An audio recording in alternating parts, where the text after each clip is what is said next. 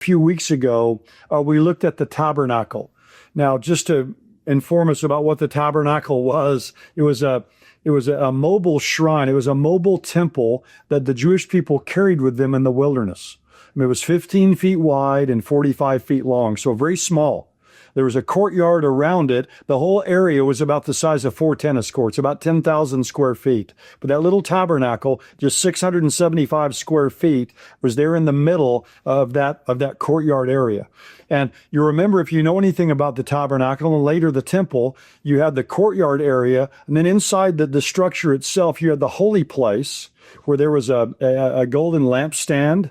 There was a table of bread, and there was an altar of incense. But behind a curtain, a large curtain with cherubim all over it, was the Ark of the Covenant. It's where the Ark of the Covenant was placed. And so it's the only piece of furniture that was in that Holy of Holies.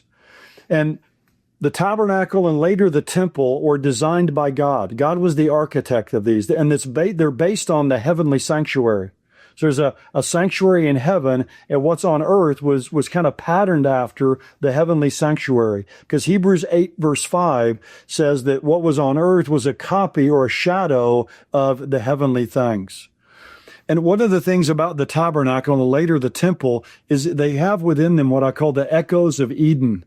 It's like the Garden of Eden. Because you remember, the man and his wife, Adam and Eve, were put out to the east of Eden. And remember that the tabernacle and the temple always faced east. So you were coming back west to come back to God. And when you came into the tabernacle, and you also had to have blood sacrifice. And the candelabra that was there, that menorah, many think that it was kind of like a stylized tree. In other words, it was to remind him of the tree of life. And on the curtain that blocked the holy place from the Holy of Holies, there were cherubim woven all into that curtain. And of course, you remember when Adam and Eve were put out of the garden, the cherubim were there with flashing swords so that they couldn't make their way back to the Garden of Eden. And then when you got inside the Holy of Holies, you had this wooden box, the Ark of the Covenant. The Ark of the Covenant was about 4 feet long and about 2.5 feet tall and about 2.5 feet wide. And on top was the mercy seat with these cherubim, all of one piece of beaten gold.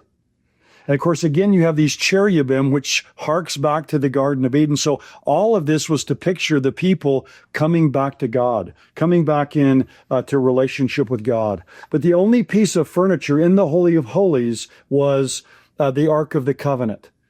And of course, we know a lot about the Ark today from Raiders of the Lost Ark. It's kind of part of our modern culture. Now, we're not talking about Noah's Ark. That was the big Ark. This is just a small Ark. The word Ark just means a box or a chest. But what's interesting that I learned in my study is that God's presence, now God dwelled among them, dwelt there, and his glory was above the mercy seat. Remember, it was a pillar of cloud by day and a pillar of fire by night.